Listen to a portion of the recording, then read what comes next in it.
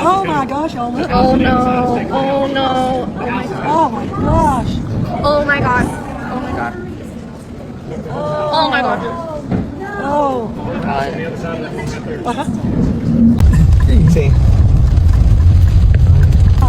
It was a quiet morning along Mexico's Pacific coast. The first light of dawn painted the horizon gold as fishermen untangled their nets near the Mazatlan marina. The sea looked harmless, calm, shimmering, endless. Tourists sipped coffee at seaside cafes. Children played barefoot along the sand, their laughter echoing across the boulevard.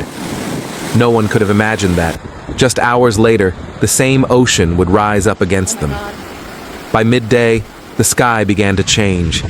The wind sharpened, carrying the heavy scent of salt and storm. Offshore, the remnants of Tropical Storm Priscilla were reorganizing into something far more powerful, a churning system gathering heat from the unusually warm Pacific waters. Within hours, waves taller than a man began to form, rolling toward shore like slow-moving beasts. Locals watched in disbelief as the color of the sea darkened to steel gray. At first, it was just another squall, nothing new for a coastal city accustomed to storms. But then, everything happened at once. The first massive wave hit the seawall with a deafening roar. Concrete trembled. Water exploded upward like a geyser, crashing onto the boulevard and swallowing parked cars. Within minutes, the iconic Malecon, Mazatlan's crown jewel, a 13-mile stretch of seaside walkway, was completely flooded. Tables, chairs, and debris floated past storefronts as panicked workers scrambled to close metal shutters. "Run!" someone shouted. Tourists abandoned their lunches, sprinting through knee-deep water as another surge came crashing in. The sea had broken its boundary. By 2 p.m., the storm's fury was in full command. Oh my gosh. Yeah, look, this is where it was coming. Look at the house. Oh my god, look at that. That's the horrible. barbershop, all these places. Okay. Oh wow. Oh my god, look. Yeah. Look in there. I know. Look at Pizza Hut. Holy moly. I don't know where Katina's at.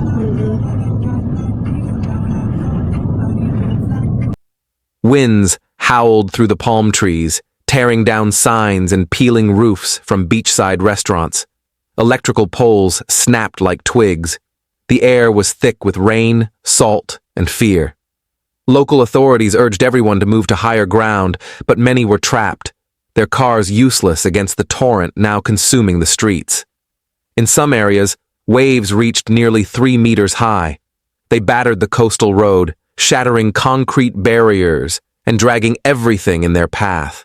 Benches, trash bins, even entire kiosks. Power went out across parts of the city. Emergency sirens wailed over the thunder as firefighters rushed to rescue people stranded in hotels and ground floor apartments.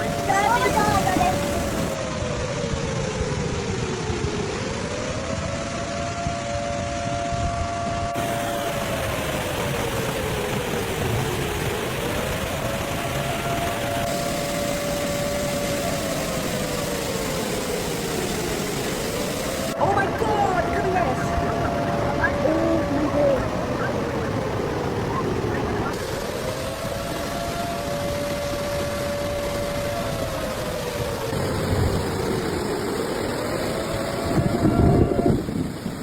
By late afternoon, chaos reigned.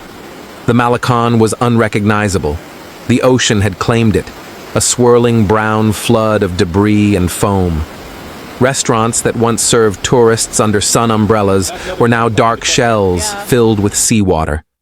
A few brave souls filmed the destruction from rooftops, capturing images of overturned cars and furniture floating through the streets. And yet, Mazatlan was only one chapter of the story. Across Mexico, Storm Priscilla had left a trail of ruin.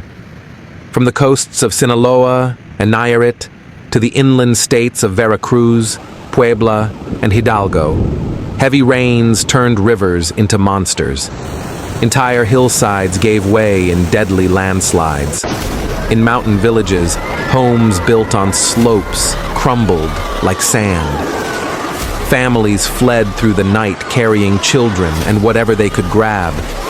Roads vanished beneath rushing torrents. Bridges collapsed under the weight of water and debris.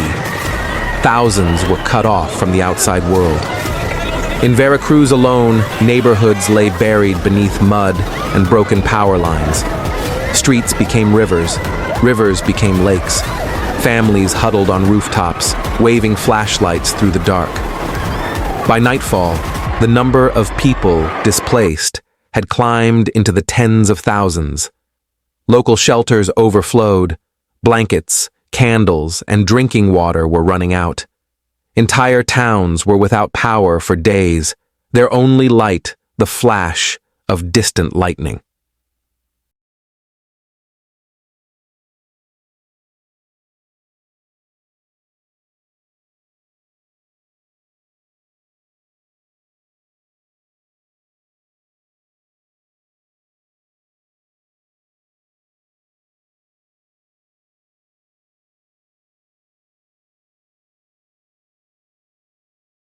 Back in Mazatlan, as dusk fell, the ocean refused to rest. Wave after wave crashed into the coast like a relentless drumbeat. Rescue boats moved through flooded streets, their motors struggling against the current. Firefighters waded through chest-deep water to pull people from trapped vehicles. The sound was overwhelming. The wind, the sirens, the breaking glass, and the endless roar of the sea. By nightfall, the city looked like a war zone. The beachfront, once filled with music, laughter, and bright neon lights, was now a wasteland of debris. Cars piled atop one another, walls cracked, boats were hurled into hotel courtyards, palm trees lay snapped in half along the shore. The sea had come to take back what was once its own. Through the long night, rescue crews worked without rest. Civil protection teams evacuated entire blocks. Helicopters circled overhead, shining spotlights onto rooftops where people waved frantically for help. Inland, the devastation grew clearer with every passing hour. More than 17,000 homes were damaged or destroyed across several states. Crops were lost, roads impassable, and water systems contaminated. Families woke to find their entire world swept away. When dawn finally arrived, Mazatlan was silent. The ocean, now calm again, shimmered as if nothing had happened. But the destruction left behind told another story. Streets were buried under layers of mud. The boardwalk was fractured and littered with debris. Fishermen returned to find their boats shattered or missing entirely. Restaurants were gutted. Salt water lapped at their ruined floors. For the locals, it was more than just property loss. It was heartbreak. The shattering of a community built by the sea, betrayed by it overnight. One fisherman stood on the broken pier, staring at what used to be his boat. "She fed my family for 15 years, he whispered. "Now she's gone."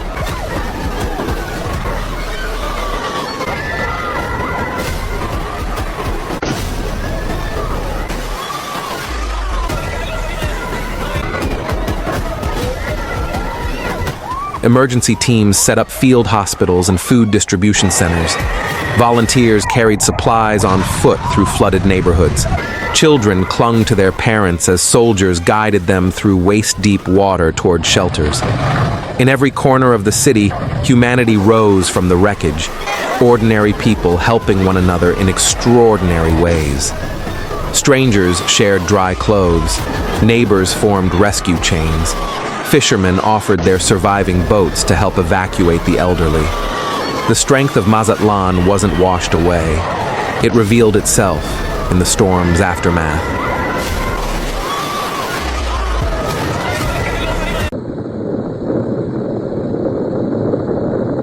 But Priscilla's wrath had rewritten the map of the region. Farmlands were ruined. coastal defenses torn apart. In the highlands, landslides cut off entire villages for days. The economic toll is expected to reach hundreds of millions of dollars, but the emotional toll is beyond measure. This was not just another tropical storm. It was a warning, a message from a changing planet. Experts say the Pacific sea temperatures this year were abnormally high, feeding storms like Priscilla with unprecedented energy. The result? Rapid intensification, torrential rain, and destructive storm surges. These once rare super systems are no longer exceptions. Wow. They're becoming the new normal, each one faster, wetter, stronger. As one meteorologist said, the ocean is no longer calm. It's alive and angry. Oh, the house! Oh, the house! Oh, the house! That house is caved, bro! Oh, look at something!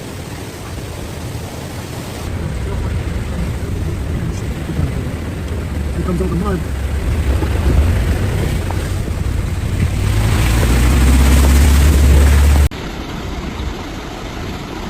By the third day, as the floodwaters began to recede, Mazatlan woke to a new reality. The beaches were gone, swallowed by the sea. Concrete roads were split open. Families sifted through the wreckage of their homes, searching for photos, clothes, memories. But amid the despair, something remarkable persisted: determination. Volunteers swept mud from doorways. Children helped collect debris from the streets. Life, fragile but persistent, began again. Mazatlan's tragedy has become a symbol of resilience and a reminder that the line between paradise and disaster is thinner than ever. From hurricanes in the Caribbean to typhoons in Asia, the same story repeats: warmer oceans, rising tides, storms that defy prediction. And behind every storm, there are names, faces, and lives forever changed. Storm Priscilla may have passed, but her echo remains in broken streets, flooded homes, and a coastline scarred by the sea. For Mexico, this is not the end. It's a turning point, a call to prepare, to adapt, to respect the power that lies beyond the shore. Because nature doesn't wait for us to be ready, and when it strikes, even the strongest walls can break. If this story moved you, if you believe in spreading awareness about the power of nature and the need for preparedness, like, share, and subscribe to Cataclysm TV. Because understanding nature's fury is the first step toward surviving it.